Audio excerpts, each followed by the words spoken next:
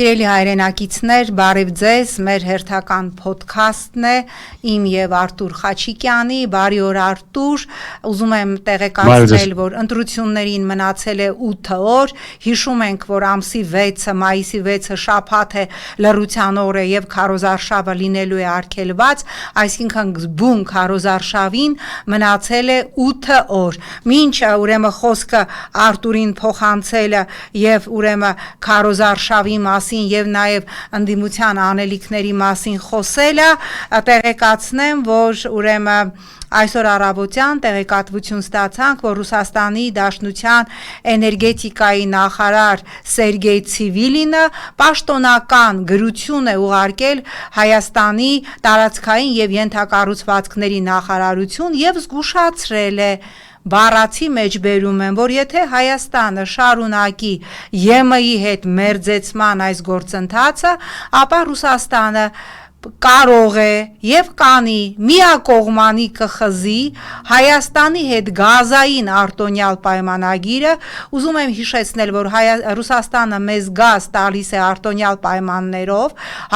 սահմանին $177.5 եւ մենք, ինչպես իր նամակում նշել է Ցիվիլինը, Ռուսաստանի էներգետիկայի նախարարը, գազը կստանանք $600, նամակում նաեւ խոսել է անմշակ մազի մասին, որը կրկին առանց մաքսատուրք Հայաստանից գնում բացարձակ արտոնյալ պայմաններով Ռուսաստան, ուզում եմ տեղեկացնել նաև, որ ելակով ուրեմն բեռնավորված էլի էս ականջակալի խնդիրն է, ելակով բեռնավորված ուրեմն մեր բեռնատարները մի քանի օր սահմանին մնալուց հետո վերադարձել էր ուրեմն Հայաստան եւ ամբողջ ելակը մարդիկ ուրեմն տեղաբաշխել են Մեյմանդարի շուկայում, այսինքն հսկայական վնասներ են կրել, որովհետև ինչպես արդեն ասեցինք, մեր գյուղատնտեսական ապրանքների առաքման մոտավորապես 80%-ից 90% ավելը գնում է Ռուսաստան։ Խնդրեմ Արտուր, փաստորեն Ռուսաստանը այլևս հստակ նամակ է ուղարկել եւ ասում է մենք միակողմանի կխզենք գազային պայմանագիրը։ Խնդրեմ, ինչա լինելու։ Բացի նրանից, որ տարբեր իշխանավորներ ասում են ոչինչ մենք աթար կվառենք, խնդրեմ։ Դե թող սկսեն հավաքել աթառը, չնայած թող մեր ժողովրդից հարցնեն, իսկ մեր ժողովուրդը ուզում է աթառ վառել։ Եթե ուզում եք վառեք, իհարկե, դե ուրեմն պետք է սկսել հավաքել, դա, որովհետև դե մինչև ձմեռը մի քանի ամիս ունենք, մենք սրընթաց գնում ենք 90-ականներ, թող լինի իրենց ուզածը։ Նայրա ջան, մի հատ հարց քեզ, ես ու դու որ գնայինք Մոսկվա հանդիպելու, ասենք Չնայած գիտես մեզ համարում են ռուսամետ, չգիտես ինչու, որտեղ մենք ոչ թե ռուսամետ կամ արևմտամետ, մենք խելամետ ենք, փորձում ենք խելքով մտածել։ Հիմա, եթե ես ու դու գնայինք Մոսկվա, անգամ եթե ես էլ դու էլ շատ Եվրոպա սիրում ենք երկուսս էլ, մենք կասեինք Պուտինին, որ գիտեք մենք դեռ ձեր հետ ենք ընկերություն անում, բայց ապագայում ուզում ենք դառնալ Եվրոպայի մաս։ Ինչ անպայման էր դա ասել։ Իսկ կլիներ առանց ասելու կամած Եվրոպայի հետ հաստատել հարաբերություններ եւ խորացնել հարաբերությունները։ Դու ոնց ես կարծում, մենք կասեինք Պուտինին, գիտեք, դուք մեզ էժան գազ տվեք, որ մենք պատրաստ ենք դրանից գնալ ձեր թշնամու մոտ։ Դու ոնց ես կարծում։ Տեսեք, նախ Ռուսաստանում ես համարվում եմ գրեթե պերսոնա նոն գրատա, ռուսական կողմը բացարձակապես դու գիտես այնտեղ կա մի Վիկտոր Դալգարուկի անձնավորություն, ով պատրաստվում է ոնց որ թե դառնալ Ռուսաստանում հայերի միության նախագահ, այդ անձնավորությունը ամեն ինչ արել է, ինչին ես բացարձակ նորմալ եմ վերաբերում, Ռուսաստանը ինձ բացարձակապես չի հետաքրքրում եւ ռուսական քաղաքական էլիտայի համար ես համարվում եմ Եվրոպայի մարդ եւ բացարձակապես անընդունելի գործիչ, ինչ վերաբերում է ուրեմն այս ազգային Հիմա ես ուզում եմ քեզ թիվ ներկայացնել Արտուր ջան, սա հրապարակել է ռուսական կողմը, ուրեմն ԵԱՏՄ շրջանակներում միայն 25 թվականին Հայաստանի եւ ԵԱՏՄ-ի оборотը եղել է $8.5 միլիարդ եւ զուգահեռաբար ներկայացված է թե Ռուսաստանից բացի այս երկրագնդի մնացած բոլոր երկրների հետ Հայաստանի ապրանքաշրջանառությունը ինչքան ա եղել, ֆիքսեցինք Ռուսաստանի հետ 8.5 միլիարդ, աշխարհի մնացած բոլոր երկրներ, Եվրոպական միություն, Չինաստան, Հնդկաստան, Իրան, բոլորը միասին 13 միլիարդ, այսինքն ապրանքաշրջանառությունը Հայաստանի ԵԱՏՄ շրջանակներում կազմում ա մեր ամբողջ ապրանքաշրջանառության 40%-ը, բայց քիչ առաջ մենք ուրեմն տեսանք, որ այստեղ գրել են գյուղացին կով չունի, աթար որտեղից վարի, շատ ճիշտ եք, ուրեմն Եգոր Աշոտին բարևներ եւ մյուս մեր ընկերոջը շատ ճիշտ եք, այո, քանի որ արոտավայրերը վերացվեցին, գյուղացին կով չունի, ալո, այն որ ասում է տիլի գագո, աթարել չի կարողանալու վարել, բայց քիչ առաջ Արտուր, երևի չես հասցրել նայել, ուրեմն նորից խնդրում եմ մեր ադմիններին ուշադիր լինել, ադրբեջանցիները էլի մտել են, ինչ որ տխմար բաներ են գրում, սրանց խնդրում եմ հեռացնել, քիչ առաջ Արտուր Նիկոլ Փաշինյանը ըստ էության ակնարկելով Ռուսաստանին ասել է, որտեվ տեսնում ենք այս օրերին ուրեմն ռուսական բազմաթիվ պաշտոնյաներ Շոյգուն, Մեդվեդևը, մանավանդ Շայգուի գնահատականները կոպիտ էին, Մեդվեդևի որակումները չեմ ուզում կրկնել, ստոր, ստահակ եւ այլն, այսօր Նիկոլը վերջապես անդրադարձել է դրան եւ ասել է Հայաստանի Հանրապետության քաղաքացին ա որոշել, չի ասել հզորը Հզորն ա որոշելու, մենք միանանք ԵՄ-ին, թե մնանք ԵԱՏՄ-ում եւ ըստ էության ենթատեքստով շատ նրբորեն սպառնացել է Ռուսաստանի պաշտոնյաներին, ասելով որոշ գործիչների լեքսիկոնը հեչ չի նպաստում նրան, որ Հայաստանի հզորը, այն հպարտները հիմա դարել են հզոր, կայացնի որոշում հոգուտ ԵԱՏՄ-ում մնալուն։ Խնդրեմ եւ կանցնենք մյուս հարցերին, որտեղ արդեն բազմաթիվ հարցեր եղան։ Այսինքն ասում ենք ենք հանրակրվեի։ Այդ ելակը հիմա ով ա ուտելու, դա փթելու է, չէ՞, որ հետ են։ Չէ, Արտուր ջանը, փթելու է, բայց ես որպես սպառող երջանիկ եմ, որովհետեւ ելակը մեզ վրա վաճառում է հայ ֆերմերը այն ամենաթանկ սեզոնին 5-ից 6,000 դրամ, ես երջանիկ եմ, որ վերջապես ես հիմա կգնամ Մեյմանդարից, հեսա եթերը կավարտվի Մեյմանդարից 1000 դրամով կամ 800 դրամով, իսկ մի քիչ էլ մնա 100 դրամով ելակ կառնեմ, բայց իմ երջանիկ լինելը քիչ չի, ես հասկանում եմ ֆերմերներ, որ դուք ձեր տներն եք գրավ դրել, բայց ես չեմ տեսնում ձեր բողոքը, դուք էլի ասում եք ռուսը, մենք ռասիստերուկ գուբերնիայի տրապկա Կրեմլի ագենտ, օքեյ ա, հիմա Նիկոլը ասում է դնենք հանրաքվեի, ես իհարկե հանրաքվեի ելքը կարող եմ կանխատեսել Արտուր, 90%-ը ասելու է ԵՄ, Եվրոպական միություն, հատկապես որ Նիկոլը տեղեկացրեց, ինչու ես խանգարում, ինչու ես դու, ես ուրախ եմ, բոլորսով էլ գնանք, հենց հիմա նստեք ավտոբուս գնացեք ԵՄ, հենց այսօր Բայց ԵՄ-ում մեզ սպասում են Արտուր, քեզ տեղեկացրել են։ Դու հարցրել ես, մեզ ԵՄ-ում ով է սպասում, որտեղ ասում ԵՄ-ում։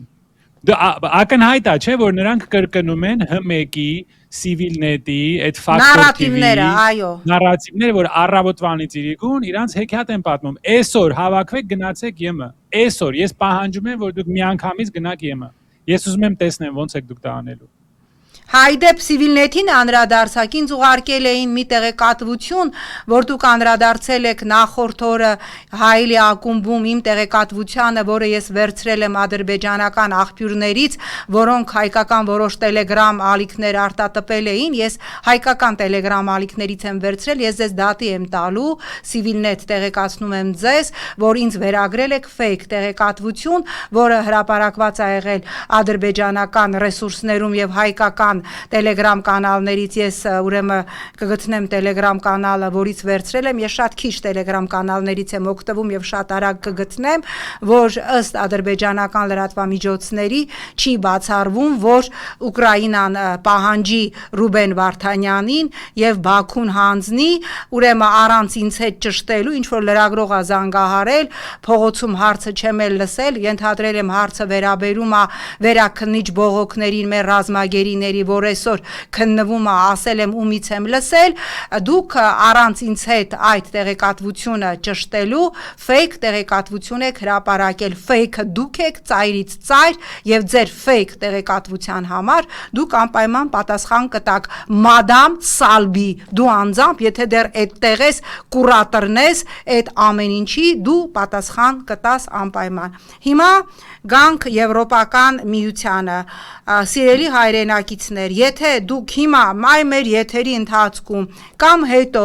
կգտնեք որևէ Եվրոպական միության պաշտոնյայի հայտարարություն, որ ինքը ասելա, որ պատրաստ են քննարկել թեկուզ մի 5 տարի հետո Հայաստանին ԵՄ անդամությունը, ես կգնամ հանրաքվեի, չնայած դրա իրավունքը չկա բաց քվեարկելու, բայց եթե մեկը նման բան ասած լինի, բաց կքվեարկեմ ԵՄ-ին անդամակցելու օգտին։ Դու Արտուր։ Մենք հավաքել ենք 900 եվրո, իմիջիալոց 100 եվրոն դու էիր տվել։ Մի քանի 100 եվրո տարբեր ընդդիմության գործիչները տվել են, հավաքել ենք 900 եվրո։ Կրկնում եմ, առաջի մարդը, որը կգա մեզ ցույց կտա նորություններում, ինչ որ վստահելի աղբյուրից, որ որևէ եվրոպական պաշտոնյա ասել է, որ առաջիկա, ասենք 10-20 տարվա ընթացքում Հայաստանը դառնալու է ԵՄ անդամ, 900 եվրոն ձեզ տալիս ենք, ձեր հետ կնկարվենք հանրապետության հրապարակում։ Այո, գտեք այդ պաշտոնյային։ Առաջիկա 10 տարում, որ դառնալու է Հայաստանը լավ անդամության տեխնացու, գոնե տենց։ Նայրա ջան, իսկ մինչև 10 տարին մեր գյուղացին ո՞նց է ապրելու, եթե մեր էքսպորտի 90%-ը Ռուսաստանն է, մեր բոլոր գյուղտնտեսական արտադրանքը գնում է Ռուսաստան, նրանք ում են վաճառելու, վրացիներին։ Վրացիները կսկսեն մանդարին չուտել, մեր ծիրանները ուտել, այդ ոնց է լինելու, ում են վաճառելու։ Հասկանալի, Արտուր ջան, լուծումը այնքան հեշտ է, ասեմ, այդ հարցը շատ արագ լուծվելու է, քանի որ արդեն իսկ մենք տեսանք, որ Ռուսաստանի էներգետիկայի նախարարը նամակ է ուղարկել Հայաստանի իր պաշտոնյային, տարածքային եւ ենթակառուցվածքների նախարարին եւ տեղեկացրել է, որ Ռուսաստանը զգուշացրել է, որ կխզի գազային պայմանագիրը Հայաստանի հետ, Արտուր ջան, որ գազը դարձավ $600, էլ գյուղատնտեսությունը Հայաստանի, այն որ ասում է, պրոբլեմը կլուծվի, կվերանա, որովհետև այդ գնով ոչ մեկ չի կարող ջերմոց պահել, ոչ մեկ չի կարող նաև պարարտանյութերն է, որ ստանում ենք Ռուսաստանից սելիտրա եւ այլն դիզվառելիք, բենզին, ամեն ինչը թանկանալու է, Արտուր ջան, Հայաստանի գյուղատնտեսությունը միանգամից կվերանա եւ արտահանման խնդիրը, լարսում օրերով կանգնելու խնդիրը եւ 91 միլիոն հատ ծաղիկը ջարդելու կամ վառելու խնդիրը չի լինի, որտեղ Հայաստանի գյուղատնտեսությունը կվերանա, այն որ ասում է չկա չարիք առանց բարիքի, կպրծնենք այդ հարցից, արդյունքում ինչա լինելու, մենք տեսանք, որ կենտրոնական բանկի նախագահը կանխատեսեց 9.3 թե 9.2% գնաճ, այսօր առավոտյան արդեն Նիկոլը հայտարարել է, որ պիտի պատրաստ լինենք դրան, որ գնաճա լինելու, իհարկե ասել է, որ թոշակները էլի կբարձրացնենք, բայց մի 10,000 էլ բարձրացնեն այդ գնաճը մենք խոսել ենք, չէ Արտուր, Փարիզից թանկ է Հայաստանը, Երևանը, հիմա այստեղ քեզ հարց են ուղղել, պարոն Խաչիկյան, ինչպես եք վերաբերում Ռուբիոյի այցին, հիշեցնեմ եւ ձեր կարծիքով ինչ կտա, Նիկոլա Էսորել, Արարատ Միրզոյանն էլ երեք ասել են, որ դա շատ լուրջ ռազմավարական այց է, հիշեցնեմ, որ ԱՄՆ պետքարտուղարը 40 րոպեով Երևանում էր Զվարթնոց օդանավակայանում հանդիպեց Արարատ Միրզոյանի հետ եւ ինչ որ թղթեր են ստորագրել, խնդրեմ Արտուր։ Նախ ասեմ, որ ես անընդունելու եմ համարում, որ այս խմբի ներկայացուցիչը երեք Ալիևին հայտարարել է սրիկա, դա շատ կոպիտ է եւ դիվանագիտական լեզվում այսպիսի բաներ անընդունելի են, երբ որ նա ասել է, որ այն մարդիկ, ովքեր խոսում են 300,000 ադրբեջանցու վերադարձի մասին, դա սրիկայություն է։ Ստահակներեն եւ դա սրիկայություն է, ես կարծում եմ, որ անընդունելի է հարևան պետության ղեկավարին այսպես կոչել, ես իմ մոտ կախել եմ եւ դու անգիր գիտես դա, մի 15 մեջբերում Ալիևից վերջի 5 տարվա ընթացքում, որտեղ նա ասում է, որ մենք հետ չենք կանգնի այս պահանջից, 300,000 ադրբեջանցի պետք է վերադառնան Հայաստան։ Իմ մոտ կախած է։ Երկրորդը, ինչ վերաբերվում է այդ 50 րոպեվա այցին։ Նայրա ջան, եթե ինչ որ մեկը քեզ ասի Տիկին Զորաբյան, գիտեք, ես այնքան ձեզ սիրում եմ, այնքան հարգում եմ, ես ձեզ համարում եմ իմ ռազմավարական ընկերուհին, ես ուզում եմ ձեր հետ լուրջ հարաբերություններ հաստատել, եկեք հանդիպենք ու հանդիպելուց հետո կասի 50 րոպեից պետք է գնամ։ Դուք ո՞նց կվերաբերվեք դրան, եթե նա 50 րոպե չի կարողանում ձեզ համար գտնել։ Եթե այդ մարդը ուղղակի Հնդկաստանից հետ էր գալիս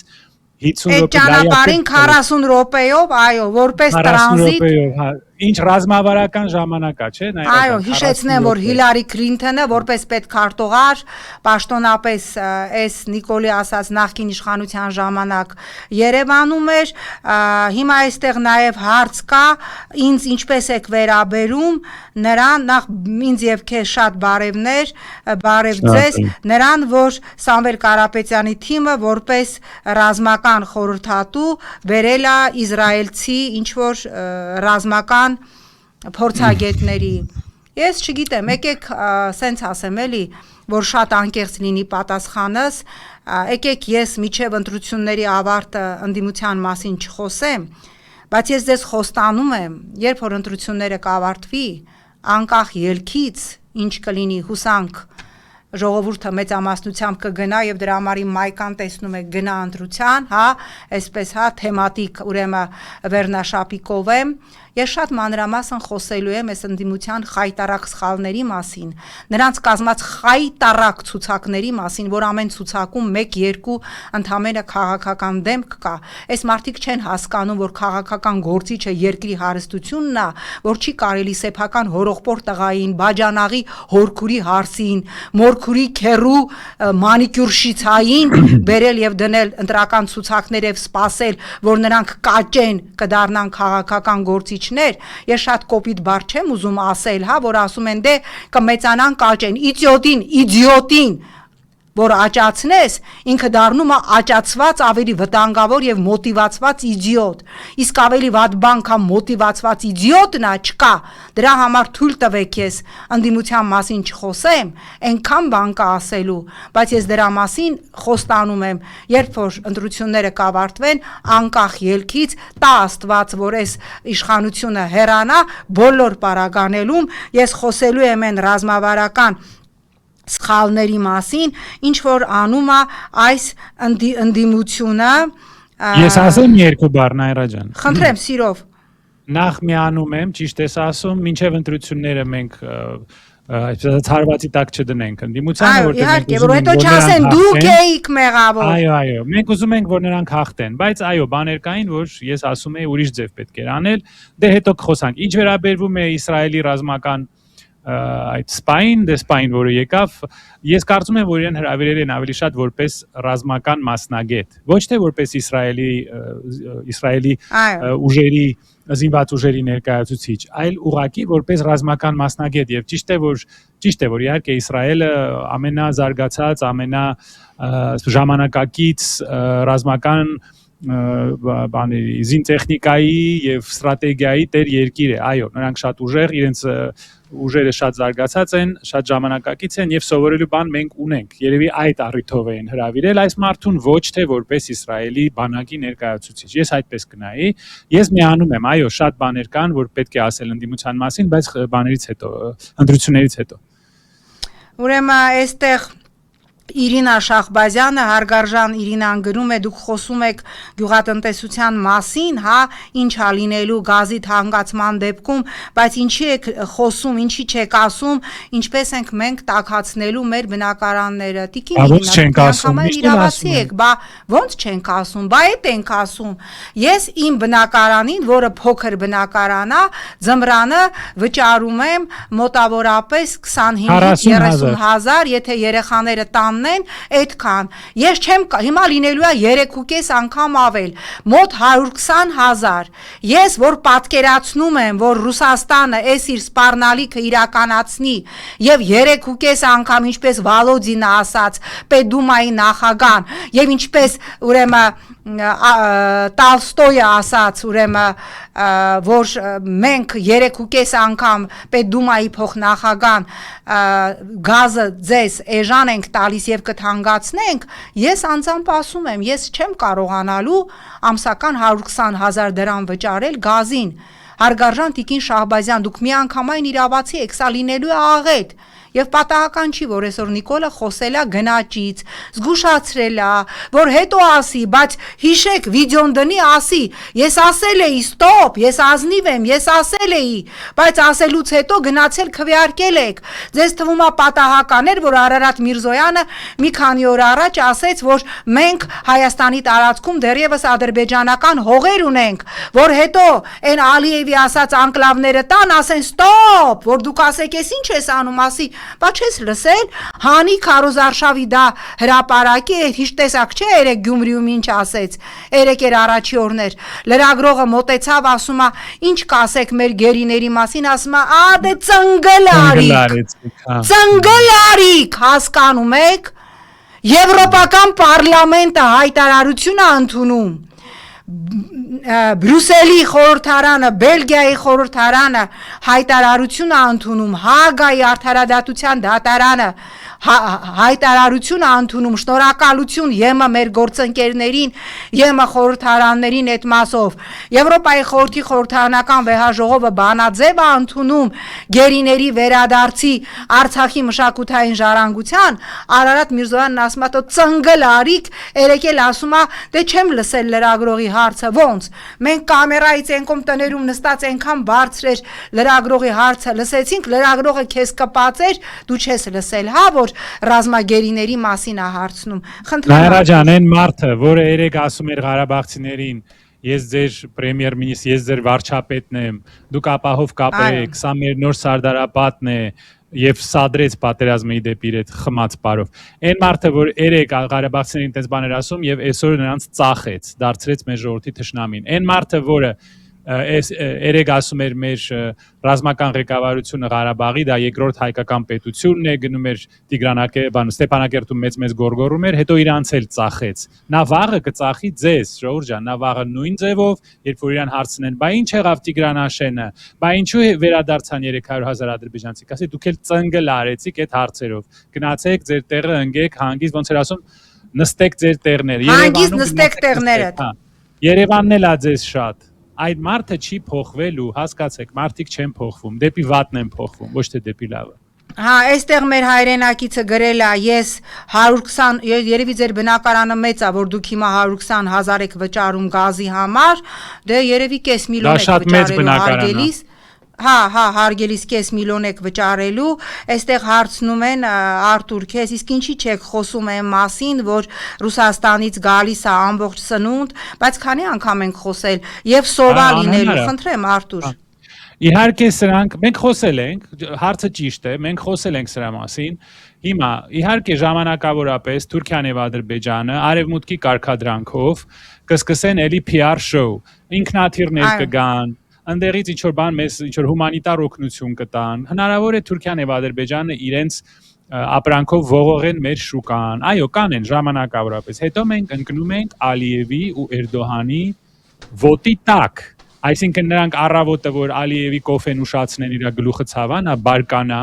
ինձ ու քեզ լսի, ասի, այս ռևանշիստները էլի խոսում են Հայաստանից, այդ նույն օրը գազի գինը բարձրանալու է։ Դուք դառնալու եք, այսինքն մենք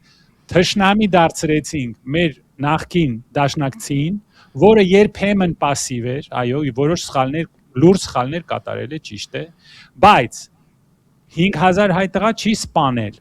Եվ մենք հրաժարվում ենք կախվածությունից այդ երկրից եւ գնում են կախված լինելու այն երկու երկրից, որոնք ասում են դուք արևմտյան Ադրբեջան եք ու 7 անգամ հարձակվել են Հայաստանի վրա։ Սա խելագարություն է։ Սա խելագարություն է, բայց Ժորժ ջան, եթե ուզում եք, անպայման արեք, անպայման։ Գնացեք 100,000 դրամ ուտեք։ Ես ասեմ ձմեռը ոնց է լինելու, Նայրա ջան, մենք ոնց ենք անում։ փոքր բալոն ունենք տանը, գազը միացնում ենք, դույլ ենք դնում ջրով,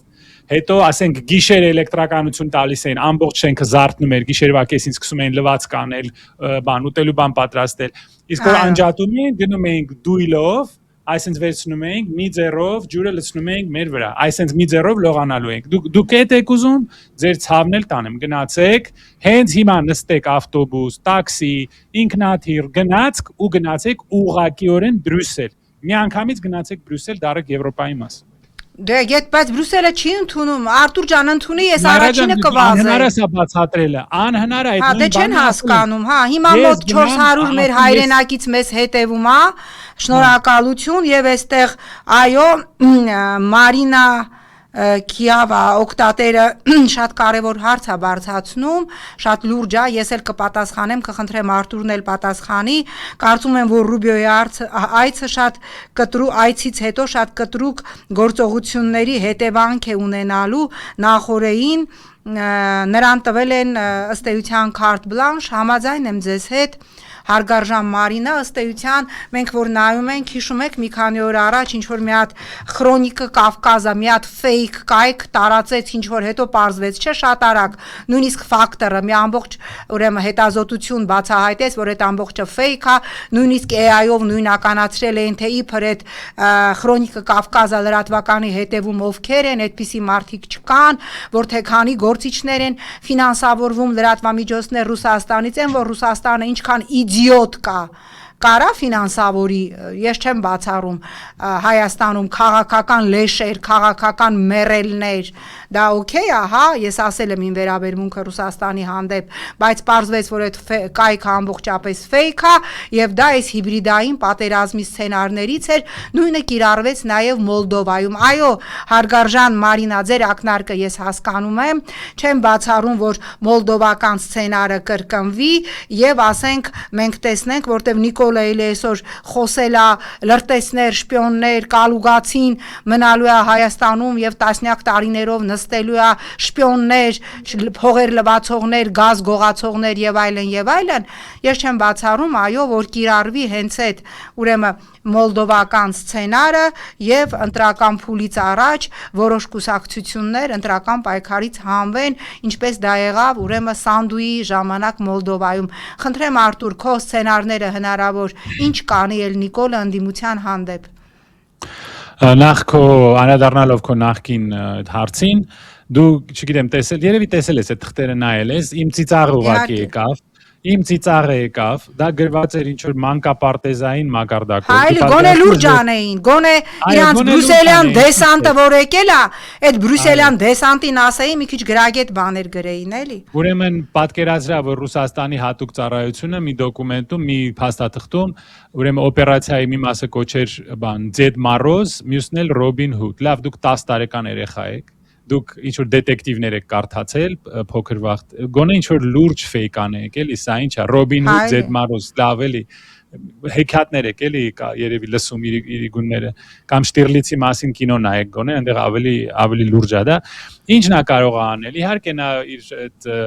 բռնությունը շարունակվելու է, տերորը, բռնաճնշումները շարունակվելու են, հնարավոր է, որ թույլ չտա, որ մեր ձևով մասնակցի ընտրություններին, հնարավոր է, որ carte blanche է ստացել, չնայած Ամերիկան ավելի զուսպ է իրեն պահում, եվրոպացիներն են ավելի ագրեսիվ,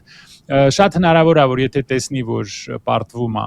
արտակարգ իրավիճակ հայտարարի Հայաստանում, ամեն ինչ կանի, ամեն ինչ։ Բռնություններ կարող են սկսել, այո, նա բռնապետ է, որը ոնց որ դու ասում ես, նա սմերտնիկ է, նա գիտի, որ կորցնելու բան չունի, եթե նա հեռանա իշխանությունից, նա շատ եւ շատ լուրջ հարցերի պատասխան պետք է տա այս ժողովրդին, թե ոնց նա խաբեց եւ հանձնեց Արցախը, ոնց խաբեց եւ հանձնեց Մեղրին, որ ասում են մենք չենք հանձնել, իմ վրաց ընկերը եղել էր վրացբանում Թուրքիայում կոնֆերանսի հենց Զանգեզուրի միջանցքի մասին, որտեղ քննարկում էր այն փաստը, որ Զանգեզուրի միջանցքը փաստորեն ընկել է ոչ միայն Տրամպի, այլ նաեւ Կուշների եւ Իսրայելի լոբիի ձեռքը, որի կողքը կանգնած է Ադրբեջանը,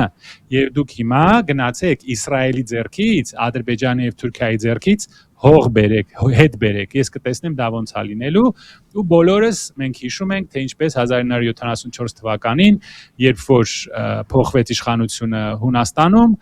Թուրքիան իր զորքերը տեղակայեց հյուսիսային Կիպրոսում 74 թվականից այնտեղ են, այսինքն 30 պլյուս 60 տարի Թուրքիան գրավել է Կիպրոսի հյուսիսային մասը եւ պաշտպանում է իր ժողովրդին։ Իսկ Ալիևը ասում է, երբ որ մերոնք վերադառնան ձեր մոտ, դուք պետք է ապահովեք նրանց անվտանգությունը։ Այո։ Այսինքն այնտեղ եթե լինի ինչ որ բանավեճ, այնտեղ միանգամից մտնում է Թուրքիայի Ադրբեջանի բանակը։ Եվ նրանք արդեն պաշտոնապես ասում են, որ Սյունիքը արևմտյան Զանգեզուր է։ Ձեր աչքը լուզ Ժորժ ջան, եթե դուք սա եք ուզում, ես ով եմ որ ձեր հետ վիճեմ։ Իհարկե, նույնը ես հիմա օրինակ մեր օկտատեր, մեզ հետևող Մհեր Գրիգորյանը գրել է Նայրաջան, ում զանգում եմ իմ ծանոթներից, ասում են, որ դե հիմա ինքը ուրիշ բառ գրել, չասեմ, այսինքն Նիկոլին են ընտրելու, հարգարժան պարոն Գրիգորյան, դա ձեր իրավունքն է, ձեր մերձավորների իրավունքն է, ես էլի եմ ասում, մենք ընդհանրապես զգուշացնում ենք այն ռիսկերի մասին, որոնք լինելու են, մնացածը ձեր գործն է, այստեղ հարց է բարձրանում, իսկ ինչի չեք խոսում վարկերի մասին, որի մեջ թաղված է ժողովուրդը, չէ, այս ականջակալ արդեն դուք խոսացել եք դրա մասին, դու շատ անգամ նշել ես։ Ինչքան ասենք ժողովուրդ ջան, դա կատաստրոֆա է, կատաստրոֆա, չկա ընտանիք, մի հատ նայեք, թե ինչքան սպառողական վարկեր կան բանկերում, կատաստրոֆա է։ Ամբողջ երկիրը վարկառու է դարել, մարդիկ կան մի քանի վարկ ունեն մի անգամից եւ այս խայտարակ գնաճի պայմաններում ես նույնիսկ սարսափում եմ մտածել, թե աղքատության տոկոսը ոնց է աճելու, թե այդ վարկերը եւ ամեն ինչը ոնց են աճելու եւ իսկապես այս նույնիսկ ահա որ եկեք sense բռնած պահեն, որտեվ իսկապես ինքը հնարավոր չի սա անորակա բանակի զինանշանի մասին, դե ինչ ասեմ, եթե մարդը Արցախն է հանձնում, հասարակության մեջ մի մեծ հատված դասում է լավ ա եղել, զինանշանից խաչ են հանել, դուք մտածում եք, որ դրա համար հասարակությունը կամ հասարակության ինչ որ ես մեր քաղաքացին սխալ է հասկացել, դու մտածում ես, ես մտածում եմ, որ չի կարելի կտրել են ճյուղը, հարգելի քաղաքացի, որի վրա նստած ենք եւ մտածում եմ, որ Եվրոպան մեզ չի սպասում, եթե Եվրոպան մեզ սպասեր, եթե Եվրոպան ասեր, որ մեզ տալիս է անվտանգության երաշխավոր, ես այո կարծում եմ, որ Եվրոպական միության հեռանկարը Հայաստանի համար լավը կլիներ, բայց Եվրոպան մեզ չի սպասում, առաջիկա 100 տարում Հայաստանը որևէ շանս չունի ԵՄ անդամ դառնալու, հա կարող է 28-29 թվականներին վիզաների ազատականացում լինի, բայց ասենք թե առանց վիզայի գնացիք իջաք Փարիզի կենտրոնում, այդ հարցին մենք անդրադարձել ենք, ինչ ենք անելու Ինչ եք անելու գնում եք հյուրանոցը 120 եվրոյից պակաս մինիմում սնունդը մի 40 եվրո օրեկան մոտավորապես 200 եվրո օրեկան եթե դուք 10 օր եք մնում Ֆրանսիայում դա 2000 եվրո է պլյուս բանը տոմսը մի 2500 եվրո դա եվրոպացու լավ աշխատավարձն է մի ամսվա աշխատավարձն է Հայաստանում քանի հոգի են բացառությամբ այս խմբի անդամներին, որոնք միլիոնավոր դրամեր են տալիս իրանց, որպես պարգևավճար, Հայաստանում քանի հոգի կա, որ 2500-3000 եվրո կարող է տալ արձակուրդի Եվրոպայում։ Մտածեք, Ժորժ ջան, ուզում եք արեք, բայց Հայաստանը դատարկվելու է, որտեղ ժողովրդի մեծ մասը, մանավանդ երիտասարդները, ուղակի ավիատոմս են վերցնելու, գնալու են Եվրոպա աշխատանք փնտրելու։ Եվ հետո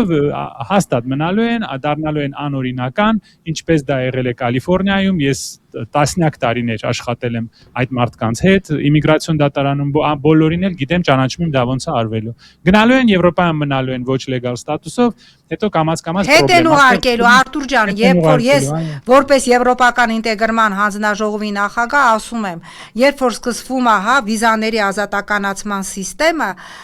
ես սա հանեմ արդեն, որտեղ իսկապես հնարավոր չի, սկսվում է վիզաների ազատականացման համակարգը, քո երկրի հետ ստորագրվում է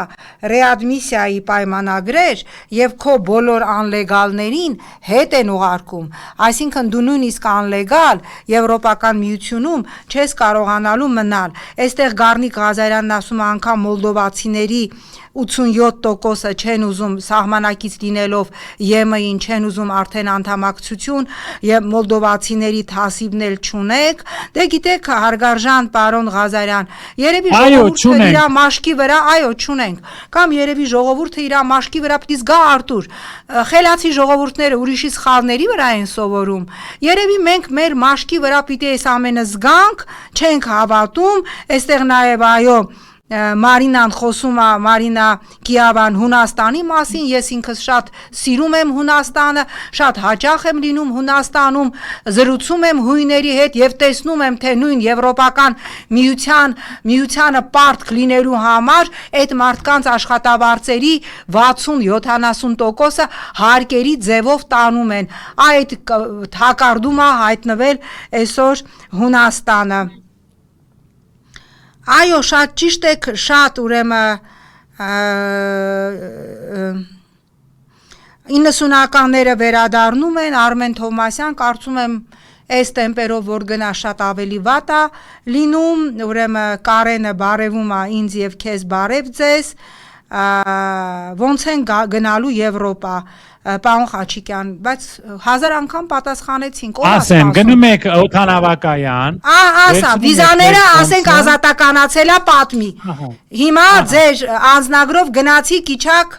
չգիտեմ, Բրյուսել, Փարիզ, Ամստերդամ, պատմի ինչ են անելու մեր հայրենակիցները։ Ուրեմն օդանավակայանից դե ուզում եք տաքսի վերցրեք, չնայած դա թանկ է, Փարիզի օդանավականից մոտավորապես 70 եվրո է։ Այո, ասեմ, Շարլ դը Գոլից Փարիզի կենտրոն 60 եվրո է, Օրլիից Փարիզի կենտրոն 40։ Ինձ հարցրեք սաղ ասեմ։ Ապրես։ Կամ էլ ավտոբուսով ասենք 10 եվրոյով եք գնում կամ գնացքով, մտնում եք Փարիզ։ Ինպես Փարիզ սիրող մարդ դուք այս աշխարհում չեք գտնի։ Ես 30 տարի ամեն տարի գնում եմ Ֆրանսիա իմ ուսանողներիս հետ։ Ամենասիրելի երկիրն է իմ աշխարհում ու Իտալիայի կողքը եւ ուրիշ երկրներ։ Դուք գնում եք, նայում եք Շանսելիզե, նայում եք Arc de Triomphe, նայում եք Tour Eiffel, գնում եք Լուվր։ Երեկոյան դուք պետք է միտեղ քնեք։ Փարիզում հիմա 120 եվրոից էժան ամեն գիշեր դուք չեք գտնի որևէ հյուրանոց, դաժե եթե այրոպորտում մնաք, էլի մոտ 100-120 եվրոյա օրեկան։ Փարիզում հիմա գները 2 անգամ աճել են մթերքի, չնայած Երևանի գներից ցածր են։ Դուք մի ճաշի համար պետք է նախատեսեք առնվազն 20-25 եվրո, առավոտյան ձեր կոֆե կրուասոնի համար մի 5 եվրո, եթե ինպես քիչ եք ուտում, ասենք օրեկան 30-35 եվրո։ Ասենք մնացիք այնտեղ 10 օր։ Սա 3000 եվրոյի պատմություն է։ Ոչ ոք դեմ չի, որ մեր ժողովուրդը գնա Եվրոպա։ Ոչ ոք, ես ուզում եմ, որ մեր ժողովուրդը գնա Եվրոպա, այդ մշակույթը տեսնի, այդ ամեն ինչը տեսնի։ Բայց պետք է հասկանալ, որ ձեզ այնտեղ չեն աշխատանքով ապահովելու։ Բեզվիզը չի նշանակում, որ դուք կարող եք այնտեղ ֆրանսիացու ձեռքից աշխատանք վերցնել։ Ձեզ հում կուտեն ֆրանսիացիները, նրանք են աշխատազուրկ։ Հիմա օրինակ մեր օկտատերներից մեկը գրել է, որ դուք գիտեք, որ հայանեկին, որ Ֆրանսիայում, հենց Ֆրանսիայում բարձրագույն կրթություն ունեցող բազմաթիվ երիտասարդներ լքում են Ֆրանսիան աշխատանք չունենալու պատճառով, իհարկե գիտեմ, ես ամսվա մեջ մեկ անգամ առնվազն աշխատանքի բերումով լինում եմ Փարիզում ու հիմնականում Ստրասբուրգում, իհարկե գիտեմ, այսինքն ձեզ թվում է, թե Ֆրանսիայում կրթություն ստացած երիտասարդը, որ իր երկիրը լքում է, գնում է Գերմանիա կամ Միացյալ Նահանգներ աշխատանք փնտրելով թույլ է տալու, որ դուք գնաք այնտեղ անլեգալ սվաղ կսեք, չի թույլ տալու, հասկանում եք, չի լինելու։ Եվ երբ որ մեր հայրենակիցը ինձ ինչ որ մեղադրել է Ռուզաննան, փաստորեն դու ես, նախ ես ձեզ հետ տիկին դույով չեմ խոսում, ես հիմա էլ ձեզ հետ դուքով եմ խոսում, ինչպես Նիկոլը, որ չես սիրում ատում Ռուսաստանը, ես չասեցի ես ատում եմ Ռուսաստանը։ Ես ասեցի ռուսական քաղաքական էլիտան ինձ վատ է վերաբերում, որտեղ կա Վիկտոր անունով մի պերսոնաժ, այնտեղ նա իմ դեմ որպես քաղաքական գործչի մեծագույն ուրեմն հակագովազդ է անում եւ այդպես է ձևավորվել։ Ես ասել եմ, որ ես սիրում եմ Եվրոպան, որ ես Հայաստանը համարում եմ եվրոպական մշակույթ կրող երկիր, բայց ես ասել եմ, որ չի կարելի կտրել Ռուսաստանի այն ծառի ջուղը, որի վրա մենք նստած ենք, որովհետև դրանից տուժելու է Հայաստանի Հանրապետության քաղաքացին, եւ ես ասել եմ հարգարժան տիկին Ռուզաննա, որ Եվրոպայում մեզ չեն սպասում, որ Եվրոպայի պաշտոնյաները ամեն անգամ մեզ ասում են, անկեղծ եղեք ձեր ժողովրդի հետ եւ ձեր ժողովրդին ասեք, որ Եվրոպական միությունը իր սահմանները ընդլայնելու ոչ մի ծրագիր չունի։ Հիշեցնեմ, որ ՆԱՏՕ-ի անդամ Թուրքիան հայտ է ներկայացրել ԵՄ անդամության թեկնածու է 1987 թվականից 39 տարի եւ կարծում եմ մի 39 դրան էլ գումարած 39 տարի Թուրքիան կմնա ԵՄ թեկնածու եւ Արտուր ջան, որտեվ եթերը հաջորդ էստեղ շատ վաղվա շքերթի հետ ցույց են տալու, հա, դրան անդրադառնանք, դե գիտեք, ես վատ չի, որ քո երկիրը իր հզորությունը ցույց է տալի, բա հարց, այդ հզորությունը Արտուր ջան, 40-օրյա պատերազմի ժամանակ ուր էր, հա, երբ որ ասում էին մենք զենք չունենք, չգիտեմ, լապատկով ենք կռվում, հիշում եք, ապրիլյան պատերազմի ժամանակ Նիկոլն ասում էր լապատկով ենք կռվում, բա որ լապատկով էին կռվում, Ալիևը 6 միլիարդի զենք ոնց տարավ եւ ամեն տարի դեկտեմբերի 9-ին իրանց ֆեյք խաղաղության պարադում հանում այն զենքերը, բա որ լապատկով էին կռվում։ Ադրբեջանի պաշտպանության նախարար Զաքիր Հասանովը, երբ որ հայաթափվեց Արցախը եւ իրանք ամբողջ զենքերը տարան, Զաքիր Հասանովը հայտարարեց մենք շշմած ենք։ Փաստորեն Արցախը եղել է ռեգիոնի ամենահզոր զենքով զինված տարածքը։ Հիմա բա ես ուրախ եմ, որ վաղ այդ պարադին մենք տեսնալու ենք այն զենքերը, որոնք չեն կրակել 44-օրյա պատերազմի ժամանակ։ Խնդրեմ Արտուր։ Սա դառնալու է պատմության մեջ առաջի պարադը, որը ընդունում է 7 անգամ պարտված երկրի ղեկավար, որը 3 պատերազմում պարտվել է եւ 4-ը հարձակում տեղի ունեցել։ Այդ զենքը պետք էր ոչ թե պարադի հանել, խաղալիքի պես ցույց տալ ընտրությունների։ Դե հիմա կասի ես նոր են տվել, պատերազմից հետո են տվել։ Ինքը ասում է դա պատերազմից հետո են տվել։ 18 թվականին, երբ որ դուք Այո, թող են ժամանակ տային, հա։ Այն ժամանակ պետք է վերցնել այդ զենքը, մանավանդ որ 16 թվականի պատերազմից հետո պարզ էր եւ ես էլ եմ դրա մասին գրել ուրիշներն էլ, որ Ադրբեջանը հիմա հաղթելու է դրոններով։ Դրոնը դարել է ժամանակակից ամենակարևոր զենքը։ Հիմա տանկի պատերազմ չի։ Այո, տանկի պատերազմ չի։ Մենք դրա մասին գրել ենք։ Դուք 2 տարի ունեիք, որ այդ դրոնները բերեիք։ Պետք էր դա անել մինչև պատերազմը, պետք էր դա անել Ջերմուկի հարձակման ժամանակ 22-ին, պետք էր դա անել Ղարաբաղի հայաթափման ժամանակ, ոչ թե ձևի համար խաղալիքներ բերել։ Հետո դուք ինչ սրտով եք պարադ ընդունում, երբ որ Բաքվում մեր գերիները դեռ տանջում են իրենց բանտերում, մեր նամակներ են գրում, ինչ սրտով եք դուք պարադ ընդունում, սա ինչ է, սա ինչ է, դուք պարծենում եք, որ դուք 7 անգամ պատերազմում պարտվել եք եւ որ դուք թքած ունեք մեր ռազմագերիների վրա եւ տեսեք ով է այդ պարադը ընդունում։ Այդ զենքը խաղալիք չի, սրանք մենակ մի բան գիտեն, PR Թատրոն։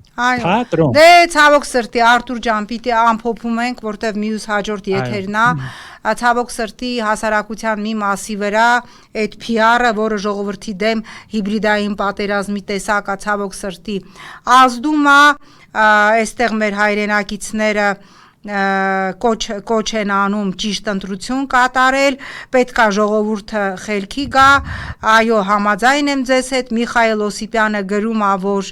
սով է լինելու, որտև 89% մթերքի Ռուսաստանից է գալի, հարգարժան պարոն Օսիպյան, մենք բացատրել ենք ժողովրդին, ես եւ Արտուրը եւ բազմաթիվ ընդդիմադիրներ մշտապես բացատրում ենք, հիմա մնաց 8 օր, տեսնենք ինչ ընտրություն կկատարի ժողովուրդը։ Շնորհակալություն Արտուր, շնորհակալություն մեզ հետևողներին, հիշեցնեմ, որ մեր հաջորդ եթերը Արտուր Խաչիկյանի հետ կլինի վաղը չէ մյուս օրը, պարադից հետո, ուրբաթ օրը, ժամը 13:00-ին, պատրաստեք ձեր հարցերը, սիրով կպատասխանեք, այ նայեք իմ մայկային գրածա գնա ընտրության եւ անպայմանորեն գնացեք ընտրության, ընտրեք ընդդիմադիր որևէ ուժի։ Շնորհակալություն, մինչ վաղը չէ մյուս օրը, ժամը 13:00։ Շնորհակալություն Արտուր։ Շնորհակալություն ձեզ։